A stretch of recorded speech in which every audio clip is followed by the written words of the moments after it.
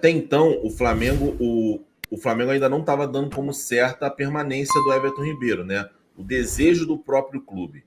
E aí, por isso, surgiu essas várias sondagens pelo Everton Ribeiro, inclusive uma do Fluminense. E agora a matéria diz que o Flamengo quer o Everton Ribeiro, já não há problema nenhum, mas o Flamengo está acenando com uma proposta de 1 ano, tá? Enquanto que o Everton Ribeiro quer um contrato de 2 anos. Eu só não vou lembrar que aqui, opa, vamos lá. Na verdade, não é o dia, não, tá? É da UOL. As conversas para renovar com Everton Ribeiro já começaram. O meia prioriza o Flamengo para definir o futuro, mas quer mais tempo de contrato do que vem sendo oferecido a ele, que é de 1 ano. Ou seja, o Everton Ribeiro, o salário é um salário do nível do Everton Ribeiro, um jogador igual ao Everton Ribeiro. Eu não acho que o Everton Ribeiro vai ganhar 1 milhão, acho que o Everton Ribeiro não vai ganhar aumento, tá? Então acho que isso não é o problema. O problema é você ter um jogador por 2 anos. E assim, um jogador que está em declínio, mas o meu problema com o Everton Ribeiro nem tanto é técnico, eu acho que é um jogador que é capaz de certa forma, jogar. Eu sou contra ele como titular, tá? Se eu fazer um planejamento com Everton Ribeiro como titular, para mim, é começar o planejamento errado. Né? Mas o Everton Ribeiro como um banco, como um cara de banco, eu acho até interessante, tá? Mas por que eu sou contra a renovação do Everton Ribeiro? Você vai ter por 2 anos um líder. Você vai ter por 2 anos uma figura que não tem uma liderança e que tem uma abraçadeira de capitão. Eu não acho que o Tite vai mudar isso. Não vejo personalidade no Tite para mudar isso. Tá?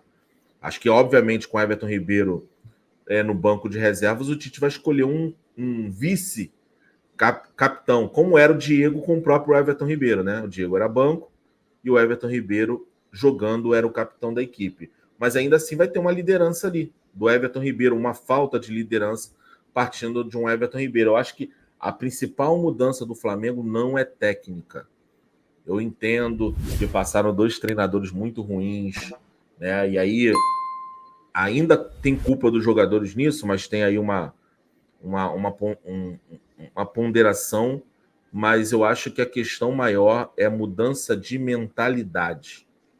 Não pode, eu sou bem sincero, não pode um jogador perder um jogo de final de Copa do Brasil e ir para a sala de coletiva do rival mandar beijo.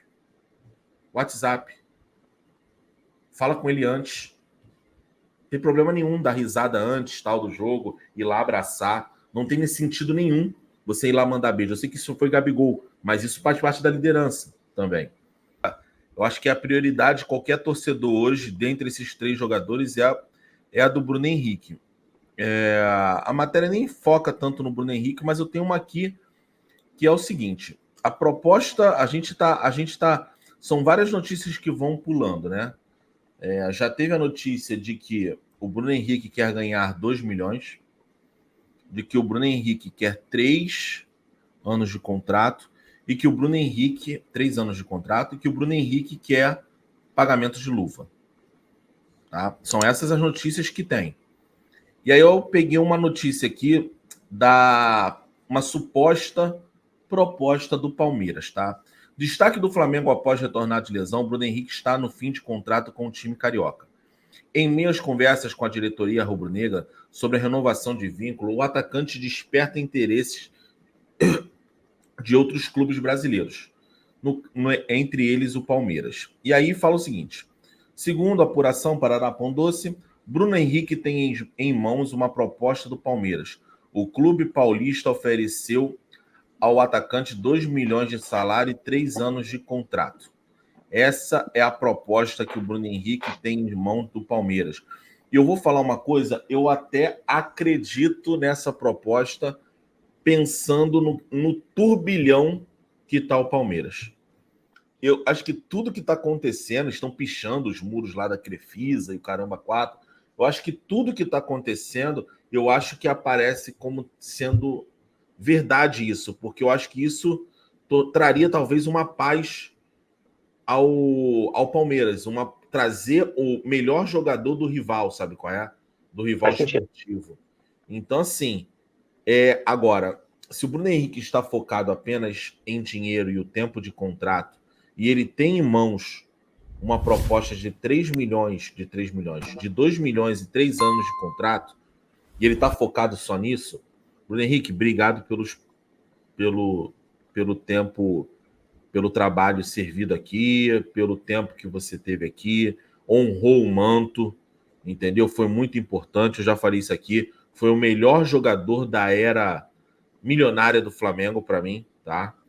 O ano de 2019 do Bruno Henrique, acho que dificilmente um jogador vai repetir.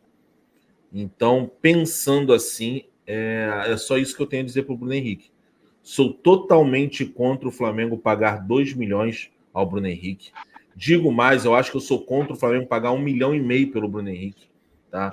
Eu acho que talvez, no máximo, entre 1 milhão, que já é o salário dele, e 200, eu acho que seria ali igualar o que o Gabigol ganha hoje, mais ou menos, eu acho que seria. E para mim, 3 anos de contrato é querer extorquir o clube, querer apertar o clube. Eu acho que 2 anos de contrato se faz mais do que necessário. Então, se o Bruno Henrique está focado só no dinheiro e no tempo de contrato, que seja feliz lá no Palmeiras. E amém. Acho que é isso. Eu não vou estar contra a diretoria. Agora eu vou estar contra a diretoria se ela realmente pagar 2 milhões por esse jogador. Eu acho que abre precedentes perigosíssimos. Não tem nenhum jogador no futebol brasileiro que tenha esse valor para ser pago de 2 milhões de reais. Não tem. Que o Flamengo se mexe para definir as situações de BH e Everton Ribeiro, ídolos em final de contrato, todos estão cientes. Mas Gabigol, com um vínculo a vencer somente em dezembro de 2024, também é assunto que o clube quer resolver o mais rápido possível. Marcos Braz tomou a frente da negociação para estender o vínculo do camisa 10. Depois da discussão que ambos tiveram no intervalo da vitória sobre o Fortaleza em julho, a relação melhorou bastante. Braz participou de uma reunião recente em Guarulhos e ele e Gabigol estiveram abraçados quando fecharam a roda contra o Atlético Paranaense em Cariacica. As imagens não foram vinculadas em função da dura derrota por 3-0, mas Gabigol é prioridade de Braz e do departamento de futebol. O Flamengo não abre mão do maior artilheiro da atual geração. E aí, até então, quando a gente sabia das propostas, era que o Gabigol queria um aumento em torno de 50%, não é isso? 50% a 75%. Não, acho que é 50%.